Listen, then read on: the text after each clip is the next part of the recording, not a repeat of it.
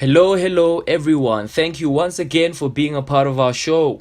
This is the Next Up community, and I am your host, Nkululeko Vilagazi, the author of Next Up Understanding Value Creation and a Leg Up for a Startup. This is part two of the previous episode. This episode wasn't part of the plan initially for the self awareness, the move episode, but I decided to record it because I didn't want to leave people with uh, a lot of questions after that episode, but rather with more room for people to self reflect and ask themselves questions like, what do I want to do? Why do I want to do it? And why do I believe that I am the person to answer the call?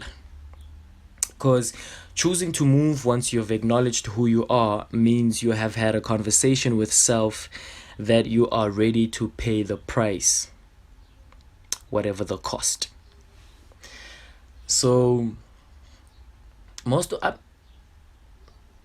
personally, I believe that psychology plays a major role um, and a contribution factor as to why most businesses fail, right? Because I think it's a mindset issue. It's not the product itself, because I mean, anyone can sell anything, but if you don't believe in the product you're selling, then I mean, you won't succeed as much as you want to succeed.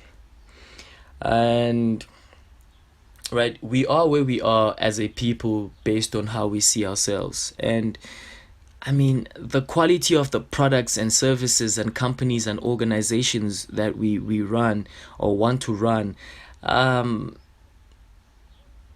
is determined by the answer we give when we're asked, are we ready to pay the price? Right? And at whatever cost. Are you ready to ride out the valley phase, the trough of in the cycle of starting a business and all of that, whether you're at school, whether you're starting a company, whether you're in a relationship, whatever, bro, because everything has its peaks and its valleys. And the question really is, are most of us willing to ride it out for 5 years, being in the valley, trying to figure out exactly what we want to offer the world? Because we start these businesses and we go to school to acquire this knowledge so that we come back and positively affect the world and bring solutions to people's problems on a daily basis. Because I believe that the companies that outrun other companies, okay, not other companies, but companies that survive lately are companies, or that have survived are companies that have been solving people's problems in perpetuity. From one CEO to the other and to the next for the past 10 years, 20 years, 30 years, they've been doing that, ensuring that they provide solutions to people's problems. You're bringing a product, are you solving a problem? Are you offering a service, are you solving a problem?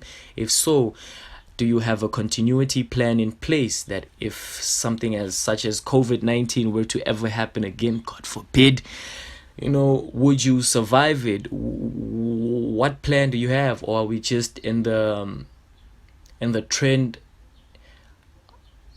Are we just in it for the trend? Because that's also a thing, right? People want to make as much money as they can off a trend so that they can have that and use it as seed money to start something that is long term, and that's no fault. But if you want to start a long term business with a trend mindset, then we are constantly going to fail because we're not answering the right questions, and we're saying we're ready to pay the price. And if you look at it, we're paying the price, we're paying it poorly, basically, because I mean, we are where we are as a people based on how we see ourselves, right? And until we are aware of that, well, there isn't much we're gonna do in the entrepreneurship space, because all our businesses are gonna be businesses that last only like 2 3 years, and then after that something else 2 3 years, and it's they won't be sustainable, to say the least. They won't be sustainable because South Africa needs heritage businesses, legacy businesses, businesses that are going to outlive their founders, more especially in black communities. We've had these at small scale, but how about we bring them up to compete at a higher level with other companies? Because we've had taverns, we've had kota businesses, we've had these for 10 years in most communities, and those are legacy businesses themselves if we were to look at it. But can we scale them up from where they are so that they compete with other businesses, right? And so that's the point that I'm trying to drive home, that as we say we're ready to answer the price, are we willing to ride it out? Are we willing to do whatever it takes to ensure that our companies are up there with other companies, competing consistently, offering quality at a consistent level, because people appeal to different levels of quality, but whatever the level, people will continue to support it if you offer it consistently and continuously, right? So because inadequate moves are a result of an inadequate self-image. Like I said previously, we are hosts, and if we choose to host a mundane entity, that's what we're constantly going to give the world. And soon enough, the world will tell us that they're fed up, and they'll move on to the competitors camp and support them instead of you, because we're not taking these ventures seriously. That's why other countries are able to come in here and do as they please. It's not that we're not capable, it's just that we're answering the wrong questions, and we are doing it half-heartedly in the process, and we just want to eat and not serve, because a person who serves gets to move from being a servant and being a ruler or a king of whatever palace or kingdom that they choose to occupy. Because serving means you're allowing yourself to learn a skill that you wouldn't otherwise if you weren't serving. Because ultimately we all need to serve, and we need to serve diligently. We're serving customers, so we need to be diligent. We need to be delicate with our quality. We need to be delicate with the production process. We need to be delicate with the pricing. And by delicate, I'm not saying try to price it low, try to price it whatever. But what I'm saying is do it at a level that customers would appreciate it. Yeah. And also, one other thing before I close is that depending on what shapes and influences a person's image, whether creation or divine, the results are not far from the source. Can I say that again? Depending on what shapes and influences a person's image, whether creation or divine, the results are not far from the source. Think about it. If we choose to, and I'm not saying it's wrong, I'm not saying it's right, but this is my perception, it's my opinion, and the discrepancy here is creation and divine.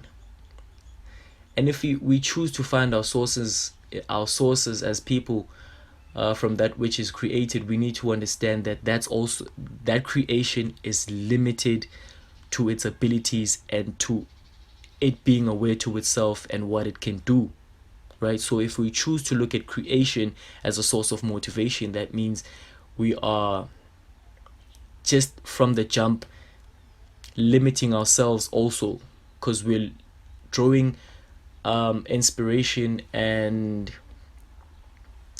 we're drawing inspiration from an entity that's from a limited entity, because that in itself was created. So but if we choose to look at the divine, we get to understand that the hand that created everything that we live in is limitless. So if we choose to tap into that, then we know that our ventures are inspired and are driven by an eternal source of inspiration, imagination, innovation, and whatever shin that's out there, you know. So, like the saying, an apple barely falls far from the tree, right? So, whether creation or divine, the results are not far from the source. So we have to deliberately choose our sources of inspiration, what drives us, what motivates us, and at what level of motivation are we on? 5. How do we move from 5 to 6 to 7 to 8 to 9 to 10? And how do we choose to observe the world around us so that we bring about a positive impact? And I say that, ladies and gentlemen, to say that anything less than great suppresses our greatness. And from this part 2 episode, I'd like to say thank you for being a part of that mini series. And yeah, let's go. Enjoy the rest of your day. Enjoy the rest of your week. May you have a productive week. May you do the thing you feel you're called to do so that you can change as many lives as you can. And from me, Nkululeko Vilakazi, your host, thank you and cheers. Hello guys, just before you leave, I'd like to say thank you to everyone who's been listening in from the first episode to this episode, and to everyone who's dropped a review at the end of every episode. I truly appreciate it. Keep doing what you're doing, and I'll keep doing what I'm doing. And if any of you know of anyone who might need this information, please don't hesitate to share the link. Invite them to listen in. I'll try to drop an episode or content every week to ensure that I share valuable information with you to help you as a person grow, and to ultimately help you grow your businesses as well. So to follow our page, go to Facebook, type in Next Up Community.